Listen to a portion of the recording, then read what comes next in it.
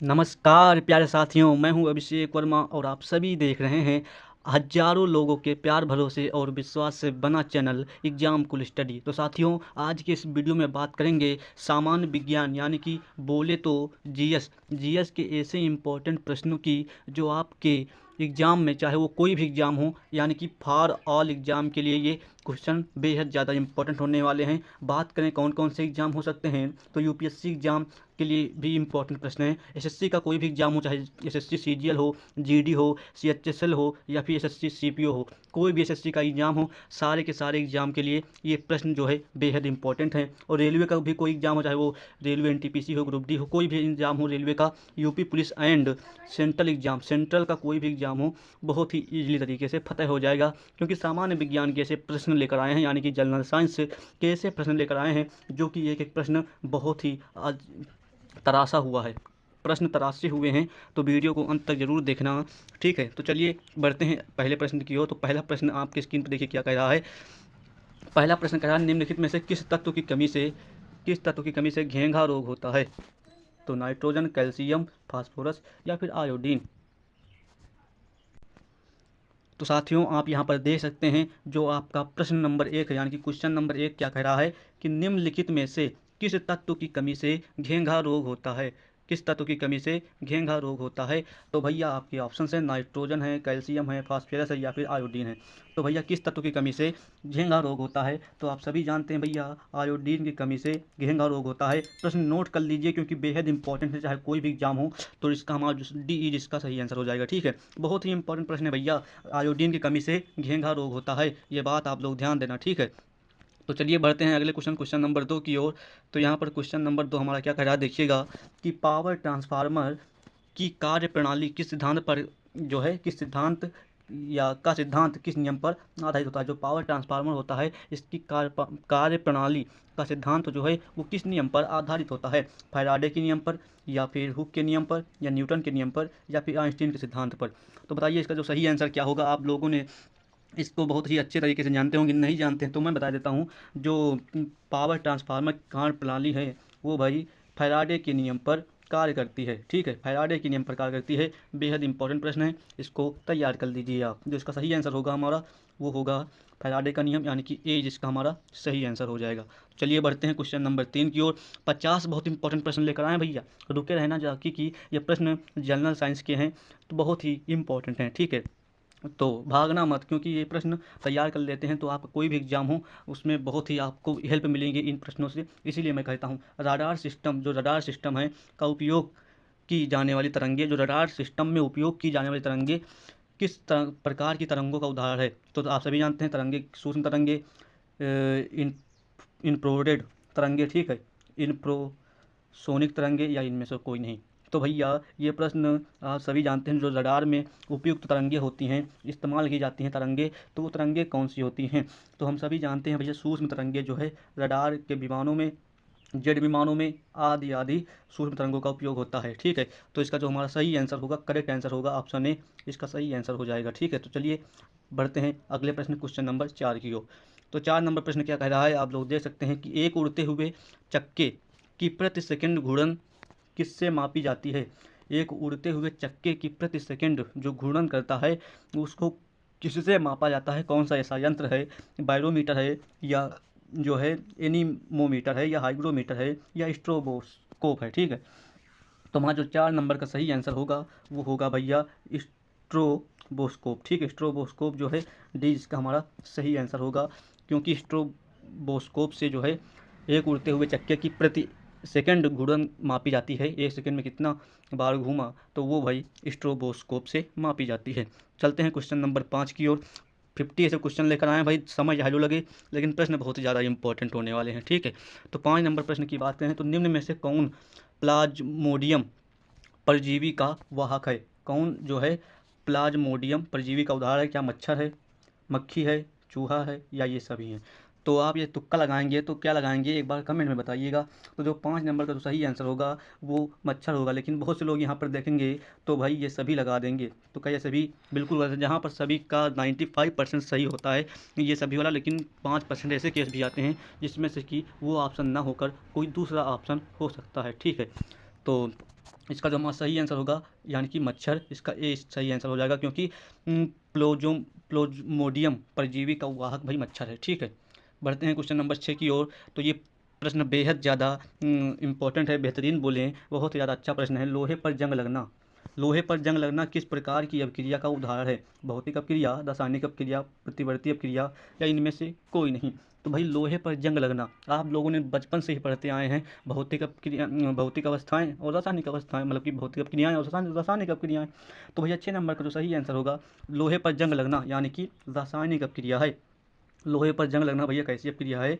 तो रासायनिक अपक्रिया है। ये बात आप लोग ध्यान देंगे तो हमारा जो इसका सही आंसर होगा वो बी जिसका सही आंसर हो जाएगा। ठीक है, तो चलिए बढ़ते हैं क्वेश्चन नंबर 7 की ओर।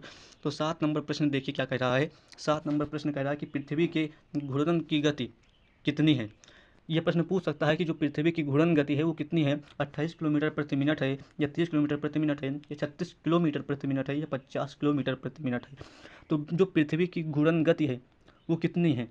ये भी एक जनरल साइंस का प्रश्न है और जीके का भी प्रश्न है। ठीक है, ये दोनों प्रश्न दोनों में है, चाहे जीके का हो या जनरल साइंस का हो, दोनों में ये प्रश्न पूछे जा सकते हैं।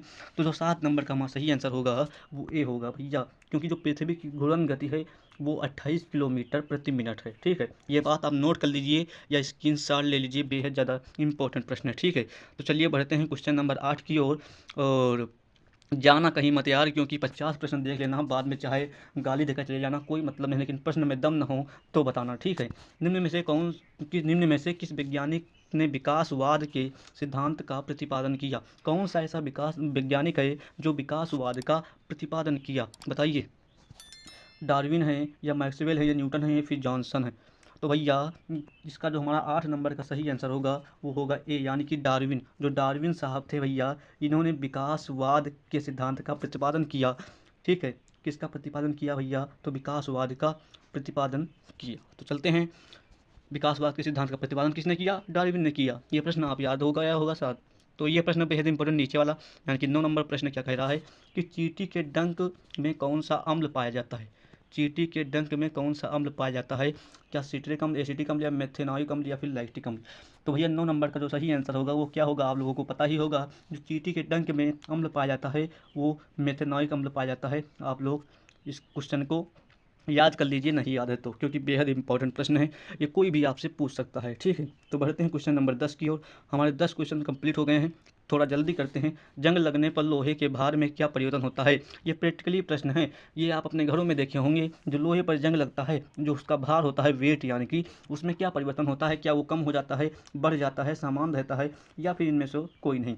तो भैया जब लोहे पर जंग लगेगी तो क्या उस पर कोई परिवर्तन नहीं होगा? बताइए, क्या वो कम हो जाएगा उसका भार या फिर बढ़ जाएगा? एक बार प्रैक्टिकल करके देखना तो बताना। ठीक है, तो 10 नंबर का जो हमारा सही आंसर होगा वो क्या होगा भैया? बताइए, 10 नंबर का सही आंसर क्या होगा? बी होगा। 10 नंबर का जो सही आंसर होगा वो बी होगा, क्योंकि जब लोहे पर जंग लगती है तो वो बढ़ जाता है। ये बात आप लोग ध्यान रखना, लोहे पर जंग लगने से उसका भार बढ़ जाता है। ठीक है, ये आप अपने घरों में भी प्रैक्टिकल करके देख सकते हैं। ठीक है, इसको ध्यान ध्यान रखना। ठीक है, प्रश्न बेहद इंपॉर्टेंट था इसलिए बता दिया मैंने। और क्वेश्चन नंबर 11 की बात करें तो किस यंत्र के द्वारा सौर ऊर्जा को विद्युत ऊर्जा में रूपांतरित किया जाता है? किस यंत्र के द्वारा सौर ऊर्जा को विद्युत ऊर्जा में रूपांतरित किया जाता है? Photovoltaic cell, Daniell cell, dry cell या फिर गैल्वेनिक सेल? कौन सा ऐसा यंत्र है जिसके द्वारा सौर ऊर्जा को विद्युत ऊर्जा में रूपांतरित किया जाता है? तो जो हमारा इसका सही आंसर होगा वो होगा भैया ऑप्शन ए, इसका सही आंसर होगा। ठीक है, यानी कि ऑप्शन ए इसका सही आंसर होगा। क्या होगा? फोटोवोल्टिक सेल के द्वारा सौर ऊर्जा को विद्युत ऊर्जा में कन्वर्ट किया जाता है। ठीक है, तो बढ़ते हैं क्वेश्चन नंबर 12 की ओर। तो क्वेश्चन नंबर 12 देखिए क्या कह रहा है कि पृथ्वी के केंद्र पर गुरुत्वाकर्षण के कारण त्वरण का मान क्या होता है? जब पृथ्वी का जो गुरुत्वाकर्षण बल है और बल है, गुरुत्वाकर्षण बल, ठीक है, उसके त्वरण पर क्या, उसके त्वरण का मान क्या होता है? पृथ्वी के केंद्र पर गुरुत्वाकर्षण के कारण त्वरण का मान क्या होता है? बताइएगा, बताइएगा भैया। इसका सही आंसर 12 नंबर का सही आंसर क्या होगा? यानी कि शून्य होता है। ये बात आप ध्यान देना। ठीक है, जो पृथ्वी के केंद्र पर गुरुत्वाकर्षण के कारण जो त्वरण का मान होता है वो शून्य होता है, यानी कि 0 होता है। जो हमारा इसका सही आंसर होगा वो ए इसका सही आंसर होगा। चलिए बढ़ते हैं क्वेश्चन नंबर अगले की ओर। तो 13 नंबर क्वेश्चन क्या कह रहा है देखिएगा। कम तापमान को मापने वाले यंत्र को क्या कहा जाता है? जो कम तापमान वाले कम तापमान को मापने वाले यंत्र को क्या कहा जाता है? क्या हाइग्रोमीटर कहा जाता है, क्रायोमीटर कहा जाता है, या पायरोमीटर, या फिर टेकोमीटर? ठीक है, तो इसका तो सही आंसर क्या होगा, प्रश्न पढ़िएगा और बताइएगा। ठीक है, जो 13 नंबर का सही आंसर होगा वो होगा क्रायोमीटर। ठीक है, क्रायोमीटर जो है सही इसका आंसर होगा, इसका यानी कि बी इसका सही आंसर हो जाएगा। ठीक है, बढ़ते हैं अगले प्रश्न की ओर। अगला प्रश्न क्या कह रहा है देखिएगा। मनुष्य के सुनने ये हाँ मनुष्य के सुनने की क्षमता कितनी होती है? मतलब कि मनुष्य के स्वर्ण शक्ति कितनी होती है, सुनने की क्षमता कितनी होती है? क्या 20 हर्ट्ज से 2000 हर्ट्ज तक होती है, या 20 हर्ट्ज से 20,000 तक होती है, या 20,000 हर्ट्ज से अधिक होती है, या 200 हर्ट्ज से 20,000 हर्ट्ज तक होती है? बताइएगा। मनुष्य के सुनने की क्षमता यानी कि स्वर्ण शक्ति कितनी होती है मनुष्य की, बताइएगा एक बार। तो भैया 20 हर्ट्ज से 20,000 हर्ट्ज तक इसकी जो है स्वर्ण शक्ति होती है मनुष्य की सुनने की। ठीक है, बढ़े आगे। प्रश्न इंपॉर्टेंट है, ध्यान रख लेना। चलिए बढ़ते हैं अगले प्रश्न की ओर, क्वेश्चन नंबर 15 की ओर। यदि निर्वात में लोहा, कागज और पत्थर के टुकड़े को एक साथ गिराया जाता है तो कौन पृथ्वी की सतह पर सबसे पहले गिरेगा? बताइए, चाहे वो लोहा का हो, कागज का हो, या पत्थर का हो, तीनों एक साथ से गिराए जाते हैं तो पृथ्वी पर सबसे पहले कौन गिरेगा? बताइएगा। 15 नंबर का सही आंसर क्या होगा? 15 नंबर का सही आंसर जो होगा वो डी होगा, तीनों एक साथ गिरेंगे। ठीक है, तीनों एक साथ गिरेंगे, इसका सही आंसर तीनों एक साथ गिरेंगे, चाहे वो कागज हो, पत्थर हो, या फिर जो है लोहा हो। यदि कागज़ को फोल्ड करके गिराया जाता है, और लोहे को भी गिराया जाता है, और पत्थर को भी गिराया जाता है, तो साइंस के अनुसार तीनों एक जो है एक ही समय पर गिरेंगे। यदि कागज़ को ऐसे ही गिराया जाता तो कागज़ उड़ने लगेगा, तो नहीं गिर सकते। लेकिन जब कागज़ को फोल्ड कर दिया जाएगा, उस यहाँ का कहा टुकड़े को, ठीक है, यहाँ पर टुकड़े को यानी कि फोल्ड किए हुए टुकड़े को जब तीनों को गिराया जाता है, फोल्ड मतलब कि, तो फिर निश्चित रूप से तीनों एक साथ गिरेंगे। प्रश्न आप यहाँ पता है कन्फ्यूजन होगी, लेकिन मैंने दूर कर दी। ठीक है, बढ़ते हैं अगले प्रश्न की ओर, क्वेश्चन नंबर 16 की ओर। 16 नंबर क्वेश्चन देखिए क्या कह रहा है कि निम्नलिखित में से कौन कांच का सबसे महत्वपूर्ण घटक है? कांच का सबसे महत्वपूर्ण घटक कौन सा है? क्वार्ट्ज, माइक्रा, या सिलिका, या फिर इनमें से कोई नहीं? जो कांच का सबसे महत्वपूर्ण घटक है वो कौन सा है? तो भैया सिलिका जो है कांच का सबसे महत्वपूर्ण घटक है, ये बात आप लोग ध्यान रख लेना। चलिए बढ़ते हैं क्वेश्चन नंबर अगले की ओर, 17 नंबर प्रश्न की ओर। देखिए क्या कह रहा है 17 नंबर प्रश्न कि पदार्थ का परमाणु सिद्धांत किस वैज्ञानिक ने दिया था? जो पदार्थ का परमाणु सिद्धांत किस वैज्ञानिक ने दिया था? तो भैया जॉन डाल्टन ने जो है पदार्थ का परमाणु सिद्धांत जो है जॉन डाल्टन ने दिया था। ये बात आप लोग नोट कर लीजिए या स्क्रीनशॉट ले लीजिए। चलिए बढ़ते हैं क्वेश्चन नंबर 18 की ओर। वॉशिंग मशीन किस सिद्धांत पर कार्य करता है? ये देखिए पूछा प्रश्न, वॉशिंग मशीन किस सिद्धांत पर कार्य करता है? अपकेंद्रीय, उपरोक्त दोनों, या फिर इनमें से कोई नहीं? जो 18 नंबर का प्रश्न होगा वो होगा अपकेंद्रीय बल के कारण वॉशिंग मशीन, अपकेंद्रीय सिद्धांत पर जो है वॉशिंग मशीन कार्य करता है, ये बात ध्यान रखना। चलिए बढ़ते हैं क्वेश्चन नंबर 19 की ओर। 19 नंबर क्वेश्चन क्या कह रहा है कि आघूर्ण बल की एसआई इकाई क्या है? जो आघूर्ण बल की एसआई इकाई है वो क्या है? 19 नंबर का जो प्रश्न होगा, 19 नंबर का जो सही आंसर होगा वो न्यूटन मीटर होगा। बलाघूर्ण या आघूर्ण बल कहे उसकी इकाई क्या है, एसआई इकाई, तो न्यूटन मीटर है, ये बात ध्यान रख लेना। ठीक है, 20 नंबर प्रश्न की बात करें तो 20 नंबर प्रश्न कह रहा है अल्जाइमर रोग मानव शरीर के किस अंग को मुख्य रूप से प्रभावित करता है? मस्तिष्क, हृदय, या यकृत, या फिर फेफड़ा? तो 20 नंबर का जो सही आंसर होगा वो भैया मस्तिष्क होगा, क्योंकि जो अल्जाइमर रोग होता है वो मस्तिष्क को प्रभावित करता है मुख्य रूप से। ठीक है, ये बात सही हो जाएगा, यानी कि ए इसका सही आंसर हो जाएगा। ठीक है, बढ़ते हैं क्वेश्चन नंबर 21 की ओर। 21 नंबर क्वेश्चन की बात करें तो अस्थि मज्जा रुधिर कणिकाओं के निर्माण को क्या कहा जाता है? जो अस्थि मज्जा में रुधिर कणिकाओं के निर्माण को क्या कहा जाता है? हीमोफीलिया, हेमोटोपाइसिस, ठीक है, ल्यूकेमिया, या फिर पॉलीस्थीमिया? 21 नंबर जो प्रश्न का हमारा सही आंसर होगा वो होगा हेमोटोपाइसिस। ठीक है, हेमोटोपाइसिस जो इसका सही आंसर हो जाएगा, आप लोग ध्यान देना, स्क्रीनशॉट ले लेना। 21 नंबर प्रश्न की बात करें तो 21 नंबर प्रश्न क्या कह रहा है देखिएगा। फ्लोरोसेंट लैंप में चोक के उपयोग का मुख्य उद्देश्य क्या है? जो फ्लोरोसेंट लैंप में चोक के उपयोग का मुख्य उद्देश्य क्या है? तो 22 नंबर जो प्रश्न का हमारा सही आंसर होगा वो होगा ए, यानी कि विद्युत धारा के प्रवाह को कम करना इसका मुख्य उद्देश्य है। ठीक है, इसीलिए हमारा जो इसका आंसर होगा वो ए इसका सही आंसर हो जाएगा। बढ़ते हैं क्वेश्चन नंबर 23 की ओर। 23 नंबर प्रश्न क्या कह रहा है, देखिएगा। यदि किसी तत्व का परमाणु क्रमांक बराबर हो, क्या हो, वही बराबर हो, चाहे वो कोई भी तत्व हो उसका परमाणु क्रमांक बराबर हो लेकिन परमाणु भार भिन्न भिन्न हो, तो उस तत्व को क्या कहते हैं। जब परमाणु क्रमांक बराबर और परमाणु भार भिन्न भिन्न, तो आप क्या कहते हैं, समभारिक कहते हैं, समस्थानिक कहते हैं, समन्यूट्रॉनिक कहते हैं, या फिर इनमें से कोई नहीं। ये बताइए, ये समन्यूट्रॉनिक नहीं होगा, ये दो में से एक होगा। इसका सही आंसर बताइए, बताइए भाई। 23 नंबर का जो सही आंसर होगा वो क्या होगा, 23 नंबर का जो सही आंसर होगा वो बी होगा। क्योंकि जब परमाणु क्रमांक समान हो और परमाणु भार जो है भिन्न भिन्न हो तो उसको कहते हैं समस्थानिक, ठीक है। और समभारिक क्या कहते हैं, जब परमाणु क्रमांक भिन्न भिन्न हो और परमाणु भार समान हो तो उसको कहते हैं समभारिक, ठीक है। बढ़ते हैं अगले प्रश्न की ओर, ठीक है। ये देखिए, निम्न में से किन किरणों का उत्सर्जन रेडियो एक्टिवता के दौरान नहीं होता है। किन किरणों का उत्सर्जन रेडियो एक्टिविता के दौरान नहीं होता है। अल्फा किरण, गामा किरण, बीटा किरण या फिर कैथोड किरणें। तो जो हमारा 24 नंबर का जो सही आंसर होगा वो होगा कैथोड किरणें, क्योंकि कैथोड किरणों के दौरान रेडियो एक्टिविता का उत्सर्जन नहीं होता है, ठीक है। बढ़े आगे प्रश्न की ओर। 25 नंबर प्रश्न की ओर बात करते हैं। बेहद इंपॉर्टेंट प्रश्न है। पीयूष ग्रंथि मानव शरीर के किस अंग में स्थित है। जो पीयूष ग्रंथि है वो मानव शरीर के किस अंग में स्थित है। क्या मस्तिष्क, या फिर हृदय, या फिर यकृत, या फिर फेफड़े। बताइएगा इसका सही आंसर क्या होगा।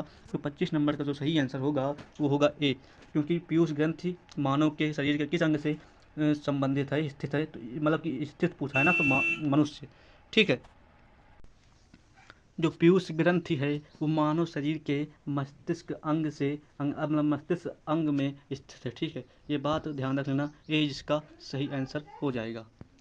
बढ़ते हैं क्वेश्चन नंबर अगले 26 की ओर। तो उससे पहले भाई एक मोटिवेशन थॉट है, उसको दे लेते हैं। 25 प्रश्न पूरे हो गए हैं, अभी 25 प्रश्न और बाकी हैं। आपको मोटिवेशन दिला दें। क्या कह रहा है इसमें कि वक्त सबको मिलता है ज़िंदगी बदलने के लिए, पर ज़िंदगी दोबारा नहीं मिलती वक्त को बदलने के लिए। भैया ये मोटिवेशन सुनकर आप अपने दिमाग में लाइए और अगले वाले 25 प्रश्नों की ओर बने रहिए, ठीक है। बढ़ते हैं आगे क्वेश्चन नंबर 26 की ओर। 26 नंबर क्या कह रहा है, देखिएगा।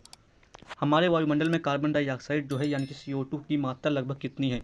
प्रश्न बेहद इंपॉर्टेंट है और जो 26 नंबर का जो सही आंसर होगा वो होगा बी, यानी कि 0.003% जो है CO2 की मात्रा है हमारे वायुमंडल में।